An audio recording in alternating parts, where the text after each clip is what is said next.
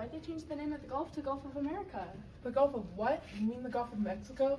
No, it used to be called that, but they changed it to the Gulf of America. Oh, well, that's just me. Who decided that? Hey everyone, welcome to the Beyond the Headlines podcast. I'm Zafira. And I'm Megan. Today we're going to be talking about a big change that has a lot of people talking. The Gulf of Mexico is now called the Gulf of America. Yes, this decision was made by the U.S. government recently, and not everyone's happy about it. Some people support it, but others think it's unnecessary or even disrespectful. We're going to break it down on why this happened, what it means, and why people are either excited or upset. Okay, so let's start with the facts.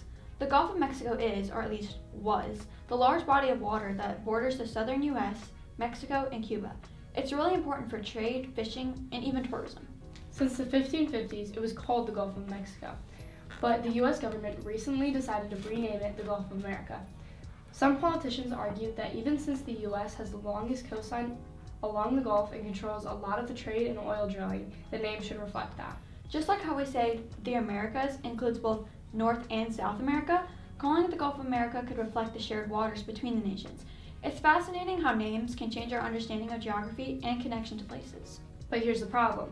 Not everyone agrees with the change. Mexico and Cuba border the Gulf too, and they didn't get a say in the decision.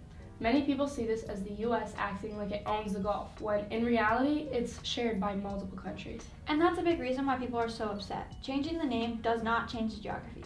Mexico is still there, and the Gulf has been connected to its history for centuries. Another issue was the cost in changing the name. Think about all the maps, textbooks, signs, and even government documents that now have to be updated. That's millions of dollars spent on something that people don't even think is necessary. Right, and even on some American businesses and news organizations, they're refusing to use the new name. Some newspapers and TV stations still call it the Gulf of Mexico because they think the change won't last.